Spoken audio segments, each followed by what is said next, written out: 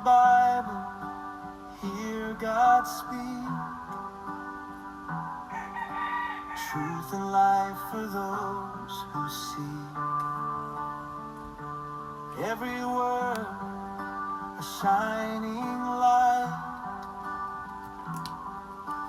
guiding us both day and night. It is God's will, clear and true. Search His word to know Jesus too. All the pages testify,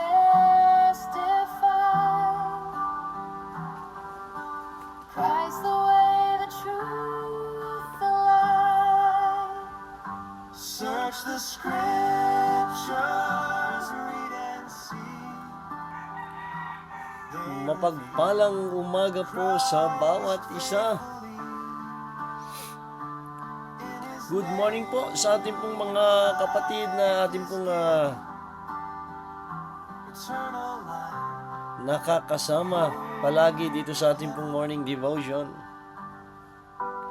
Gandang umaga po kay Sister Edith at maging kay Pastor Boyd. Yan po sa Pangil, Laguna. Magandang umaga rin kay Brother Roger, kay Sister Miriam Banyel, good morning po. Kay Mamu, good morning. Kay Sister Gloria at Brother Allison diyan sa Kalamba. Ganun din kay Sister Virgie Adriano, magandang umaga po. Agnes Conway, diyan po sa Iriga, magandang umaga. At ganun din kay Sister Jenny Serna, good morning po.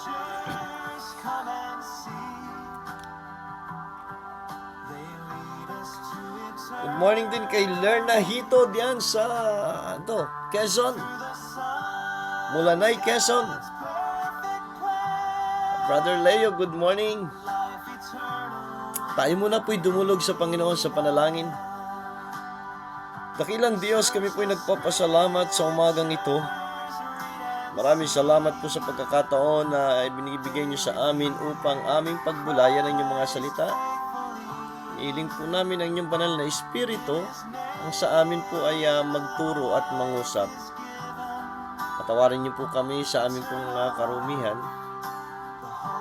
Pagpalain niyo po ang inyong mga salita. Ito po'y aming samo at dalangin sa pangalan ng Panginoong Hesus. Amen.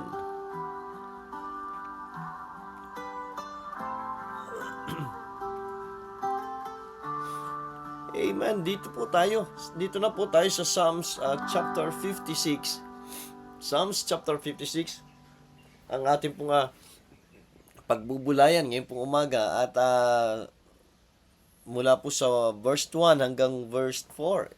Ito po ang sabi ng Bible, Psalms chapter 56 verse 1, Be merciful unto me, O God, for man would swallow me up, he fighting daily oppresseth me.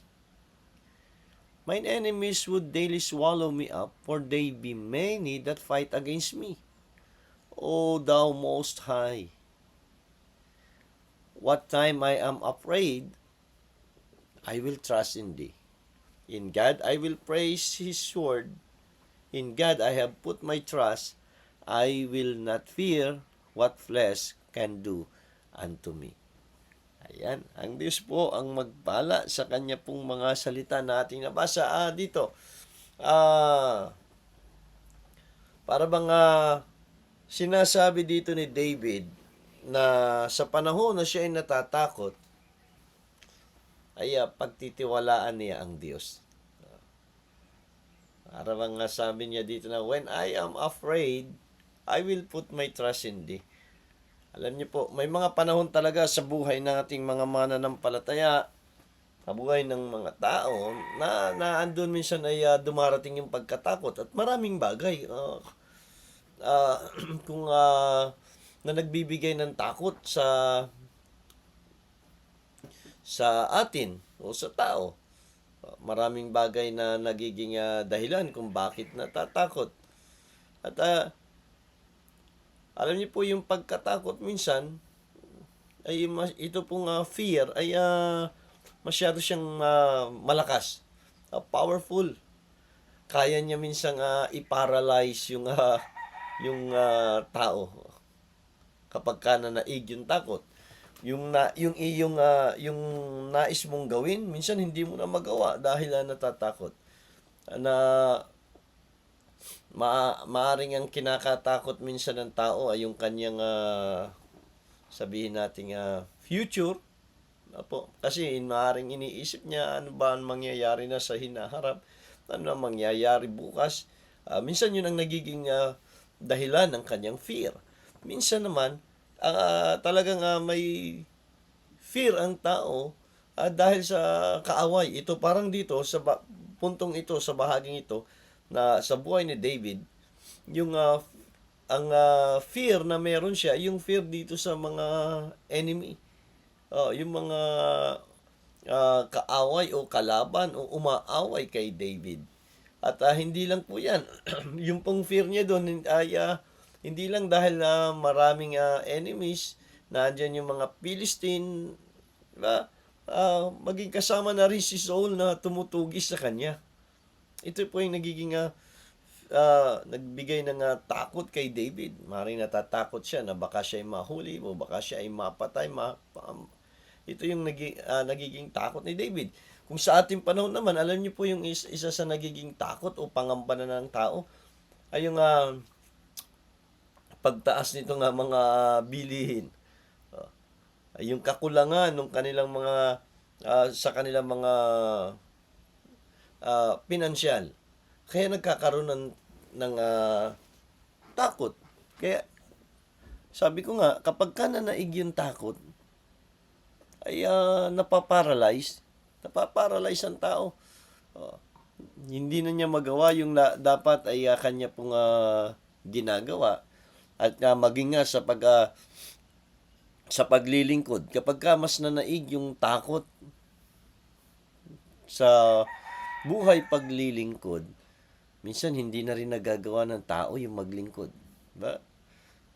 Kaya may mga tao na hindi agad nagsusuko ng buhay sa Panginoon dahil natatakot siya na dun sa kanyang mga pangangailangan. Ano po sabi ng Panginoon? Gaano ka bigat yung kagaya nga nung nakaraan nating lesson sa Psalms chapter 55 about the pressure situation. Gaano man yun bigat yung pressure nung sitwasyon. Alam niyo po, ang sabi ng Panginoong Jesucristo, let not your heart be troubled. Ye believe in God, believe also in me. Huwag magulumihanan, huwag matakot, huwag mangamba ang ating mga puso. Magtiwala lang tayo sa Diyos. Manampalataya tayo sa Diyos at manampalataya tayo sa Kanya. Sabi ng Panginoon, believe in God, believe also in me. Ang sabi din ni Timothy sa kanya sulat, hindi tayo ni Paul, kay Timothy, hindi tayo binigyan ng Diyos ng espiritu ng pagkatakot. God hath not given us the spirit of fear, but of love. Di ba? Kaya dito, sinabi ni David, kung ano yung kanyang dapat gawin. Sa panahon na tayo ay natatakot, ilagak natin ang ating pong pagtitiwala sa Diyos. Tanging pananampalataya sa Diyos, yung pong makakadaig sa takot ng tao. Kung tayo ay naandun yung pagkatakot na sa atin, alam po yung tanging paraan para matalo natin yung pagkatakot na yan, yung ating pong pananampalataya sa Panginoon. Kaya nga po, kailangan nating ilagay natin yung ating pong pananampalataya at pagtitiwala sa Kanya. Ano sabi sa verse 1 and verse 2? Alam niyo po, ito yung time na si David ay dinala ng mga Philistine dun sa Gath. Ang sabi niya, be merciful unto me, O God. Diba? Alam niyo po, na bit-bit na siya ng mga kalaban ng mga Philistine. Sabi niya, ang kanya pang kinausap dito, hindi siya nagmakaawa doon sa mga kaaway, nagmakaawa siya sa Diyos. Sabi niya, be merciful unto me, O God, for man would swallow me up, fighting daily, oppressed me. Mine enemies would daily swallow me up, for they be many that fight against me. O thou most high. Diba? Sabi ni David, ang dami po nitong Panginoon, ang dami nitong kaaway. Alam po, yung pagkatakot natin, pagkatakot minsan ng tao, the fear of man is the natural reaction. Dun po sa mga ah, oppression, persistent oppression ng kalaban, ng enemy. At ano po sabi ni dito? Ito po yung ano ni David nagiging tugon niya o hakbang niya o reaction niya para bang ano ba pakiramdam?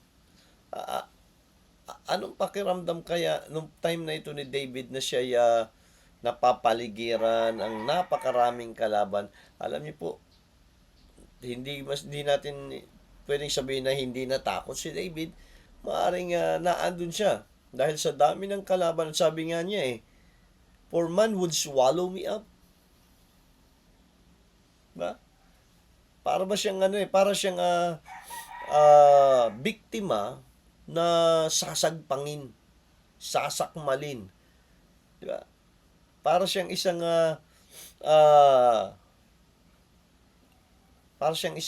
usa na sasakmalin na ng leon. Ito yung sitwasyon ni David. Kaya ito yung kanyang nararamdaman dito ay parang wala na. Pero naandun yung kanyang takot. Pero ano pong ginawa niya? Naandun pa rin yung yung pagtitiwala niya sa Panginoon. Diba? Sabi ko nga kanina, ay yung pagkatakot minsan natin ng tao, ito po yan, natural lang na reaksyon natin kapag ka patuloy o tuloy-tuloy yung atake ng mga oppressor. Tuloy-tuloy yung atake ng mga kaaway. Sa naandun yung naandun na yung pangamba natin. 'Di ba? Parang katatapos pa lamang ng atake ng kung maalala niyo po siya si Job, hindi ko alam kung anong nararamdaman ni Job nung panahon na nangyari sa kanya na binalita yung yung pagkamatay ng kanyang mga anak. Ba, sunod-sunod yung balita Katatapos pa lang ng balita, maya-maya naandyan na naman agad yung isa na namang balita na yung lahat ng kanilang mga ari-arian ay ninakaw. Para mga hindi natin maalaman kung ano kaya yung nararamdaman ni Job. Doon yung maaring naghahalo yung lungkot, doon yung galit, tapos nagkaroon pa ng tawag dito, karamdaman. Kaya nga po doon sa asawa ni Job, maaaring nga na yung takot doon sa kanyang future na ano na mangyayari sa amin, wala nang mga ganito. Tapos nagkaroon pa ng sakit ito si Job. Alam po, kaya yung yung pagkatakot minsan ng tao, fear of man, ay natural reaction lang doon sa patuloy na atake ng kalaban, ng kaaway. At ano po yung dahil sa ganitong naramdaman ni David, ano yung kanyang ginawa? Lumapit siya sa Panginoon. Sabi niya, be merciful. Diba? Hiningi niya yung habag ng Diyos. Kaawaan mo po ako, Panginoon. Mahabag po kayo sa akin. Sabi niya, be merciful unto me. For man would swallow me up, he fighting daily oppressed me.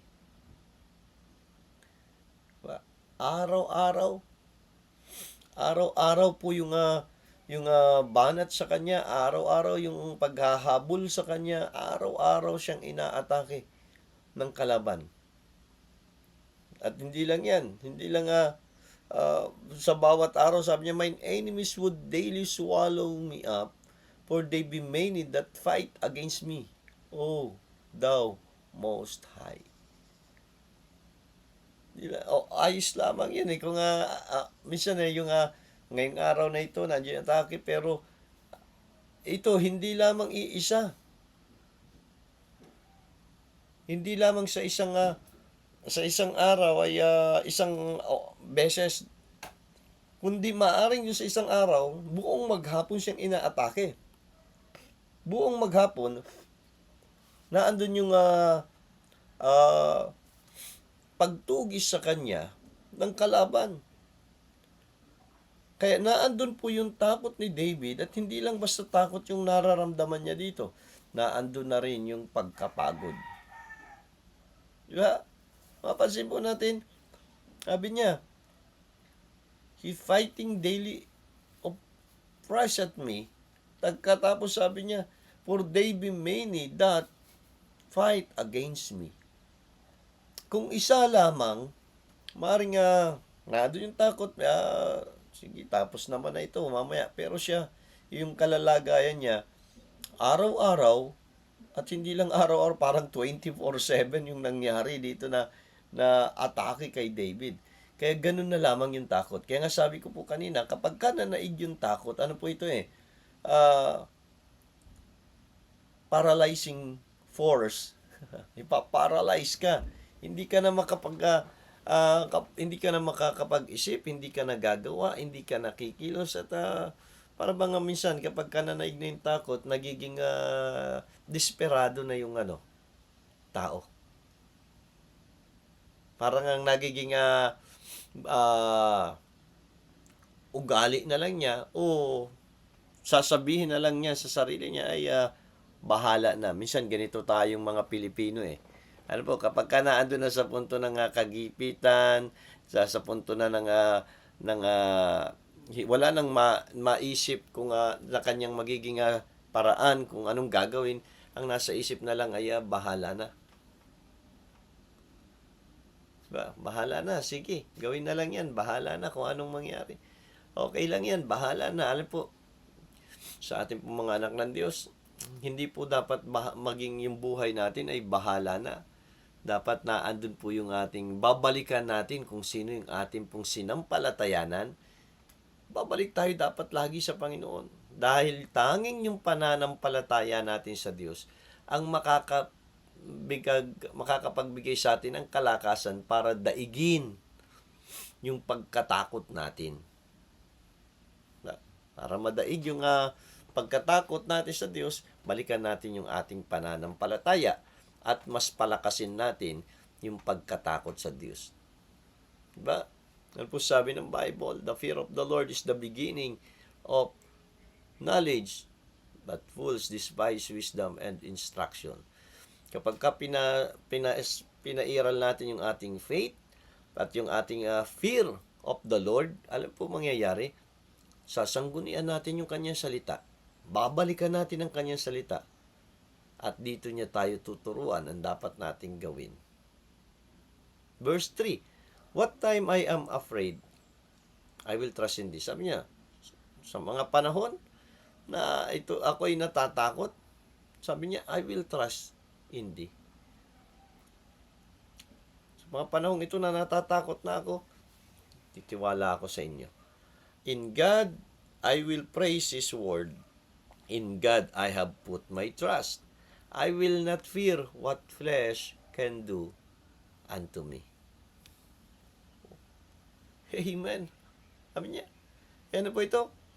Una sabi ni Dave doon sa verse 1 and 2, pinakikita na yung fear of man is a natural reaction nung persistent oppression ng enemies.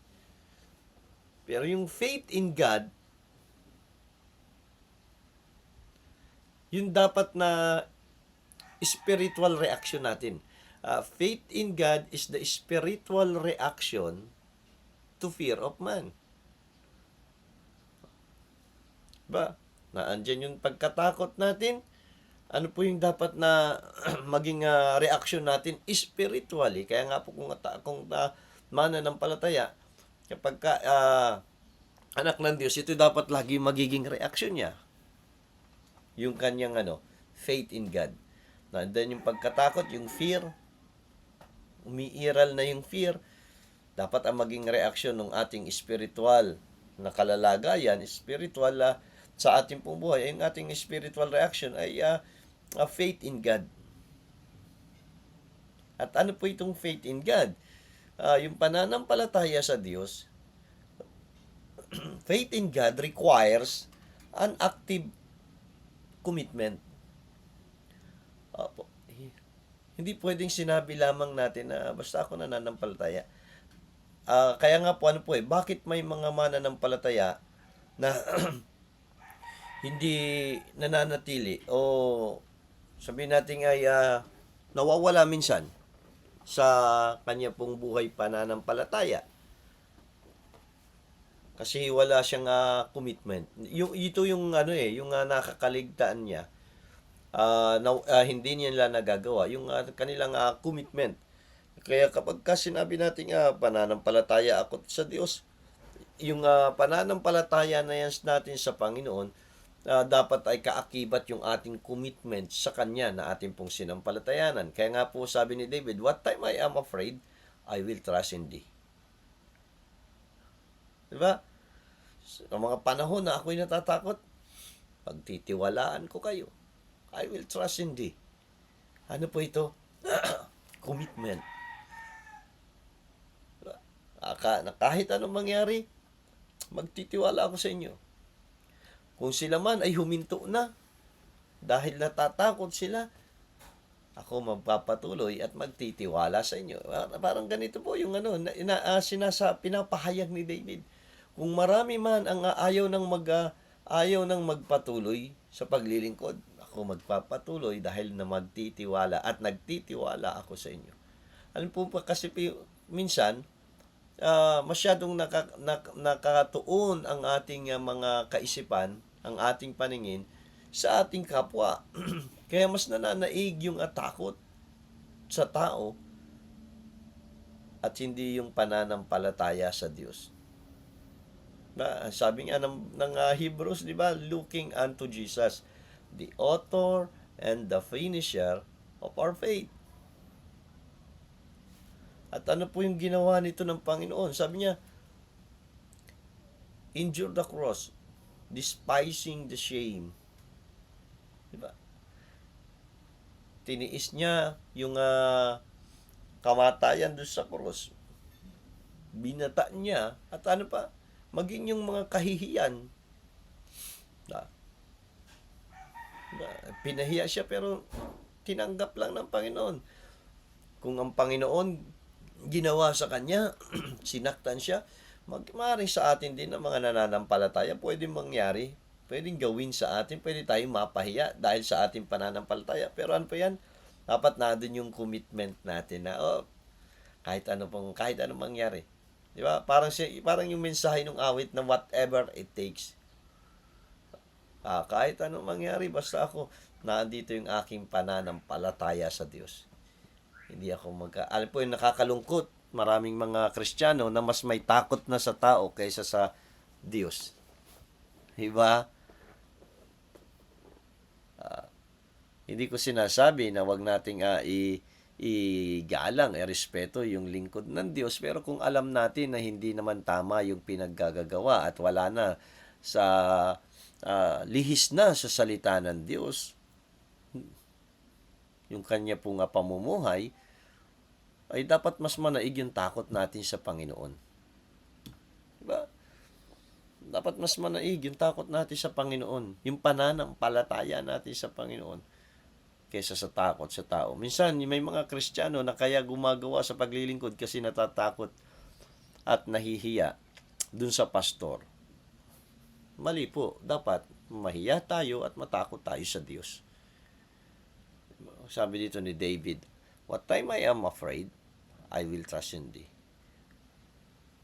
Ano pa po? Sabi niya sa verse 4, in God I will praise His word, in God I have put my trust. I will not fear what flesh can do unto me. Ito po, di ba? Hindi lang faith in God requires an active commitment. Bagkusan po, faith in God produces an attitude of invincibility. Ano po, pansinin niyo po, sabi niya dito, I have put my trust I will not fear what flesh can do unto me. Ang galing nito sinabi ni David. Sabi niya, in God I will praise His word. Pupurihin ko siya. Patuloy ako magpupuri at magtitiwala ako sa Kanya. Ilalagak ko sa Diyos ang aking pagtitiwala. At wala akong katatakutan. Hindi ako matatakot. Anong magagawa ng laman sa akin? Di ba sabi niya I will not fear what flesh can do unto me. Kahit ano ba magagawa ng tao na yan na nasa laman sa akin? Kahit paanong gawin yan. Alam po dahil sa kanyang pananampalataya, yung attitude ni David, para bang saktan nila, pero ito lamang yan laman lang yan. Basta ako mananatili na magtitiwala sa Diyos. Kaya nga po, ganito kahalaga yung salita ng Diyos. Yung word of God sa buhay ng mga anak ng Diyos. Kung wala po yung salita ng Diyos, isa pong magiging dahilan bakit yan ay manghihina at manlalamig. Nagsisimula po na manghina sa kanyang pagtitiwala sa Diyos ang isang mananampalataya kapag nagsimula na rin siya na hindi magbasa, hindi makinig, hindi mag-aral, hindi magbulay-bulay, at hindi ipamuhay yung salita ng Diyos. Doon po yung nagsisimula. Isang araw niyan, dahil alam po, lagi pa namang partner ang Word of God and prayer. Kapag napansin na natin sa ating sarili na lumalayo na tayo sa salita ng Diyos, nanlalamig na tayo sa salita ng Diyos, tiyak din yan, maging sa ating prayer life, malamig na rin tayo.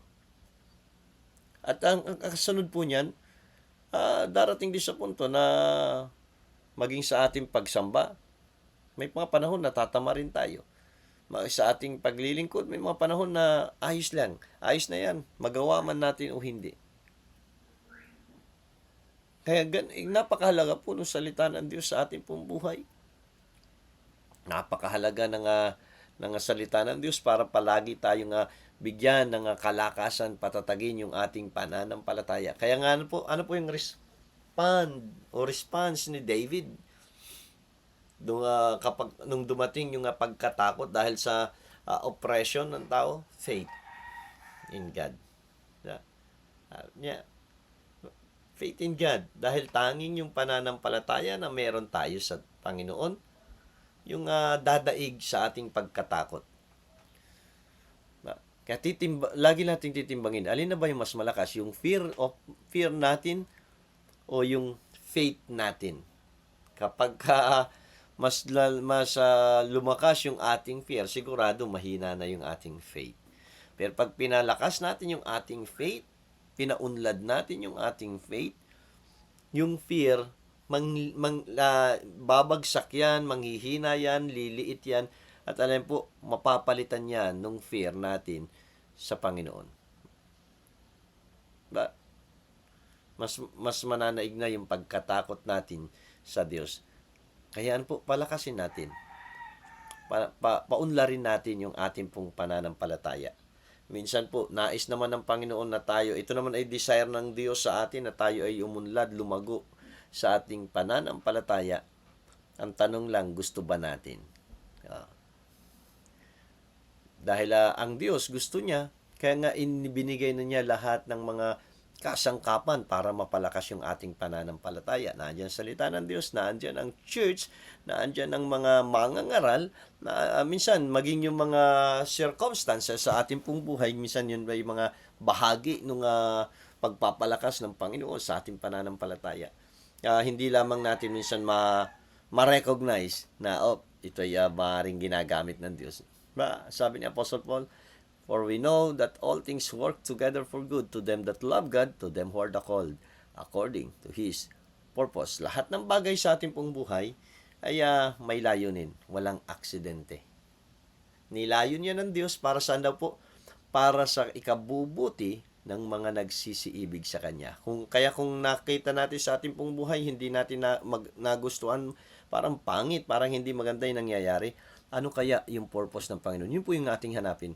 Papanatilihin natin yung ating pananampalataya sa ating pong Diyos. Kaya nga dito, kung babalikan natin ito, para ba sinasabi ni David dito sa mga talatang ating binasa na, when I am afraid, I will put my trust in Thee. Sa mga panahon na ako'y natatakot, nangangamba, ilalagay ko yung aking pagtitiwala sa inyo.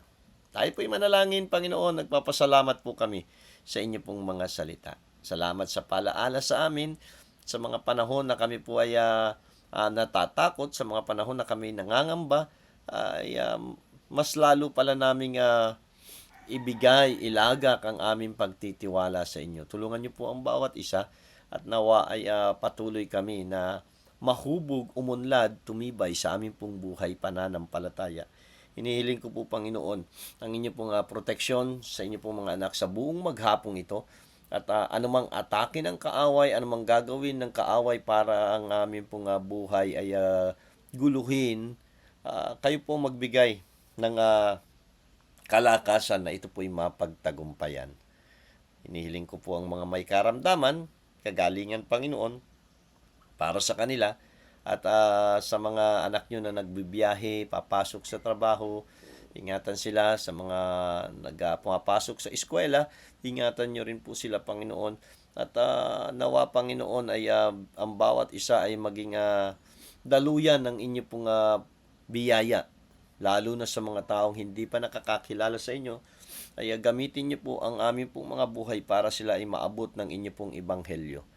Bless niyo po ang inyo pong mga lingkod, ang mga kapastoran, mga misyonero na inyo pong tinawag at idinako sa iba't ibang lugar upang ipahayag ang inyo pong mensahe ng kaligtasan.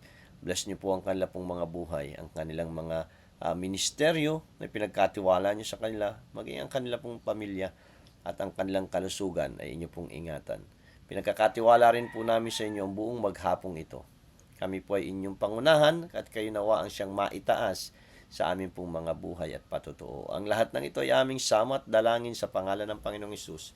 Amen. Amen. Magandang umaga po muli sa ating lahat, sa ating pong mga anak kasama. Maraming salamat po sa inyo pong pananatili, pakikinig, panonood at pagsama sa ating pag-aaral ng salita ng Diyos. Good morning kay Pastor Edgar Alan Basco, dyan po sa Mabitag. Maraming salamat po kay Sister Nida. Ganun din kay Nanay Corazon Rizal, yan po sa Binyan. Kay Salvador Colby Jr. diyan sa Iriga. Magandang umaga po diyan sa Bicol. Maging kay June Hustol, kay Gemma Gliponeo, good morning po. Kay Sister Marie Galio, diyan din sa Binyan, good morning. Kay Maria Lourdes Ventura, diyan sa Calamba, Laguna. Hilda Fruto, at sa iba pa nating mga kapatid, kay Deacon Carlito Ventura. At sa iba pa nating mga kapatid na hindi ko man kayo mabasa dito ang inyo pong pangalan, magandang umaga po at pagpalain kayo ng atin pong Panginoon. Christ the way, the truth, the light. Search the scriptures, read and see. They reveal Christ faithfully.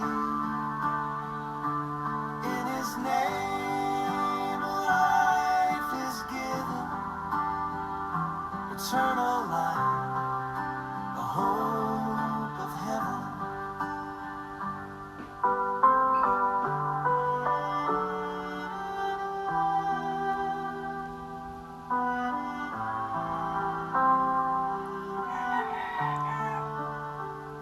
We are just pilgrims passing through.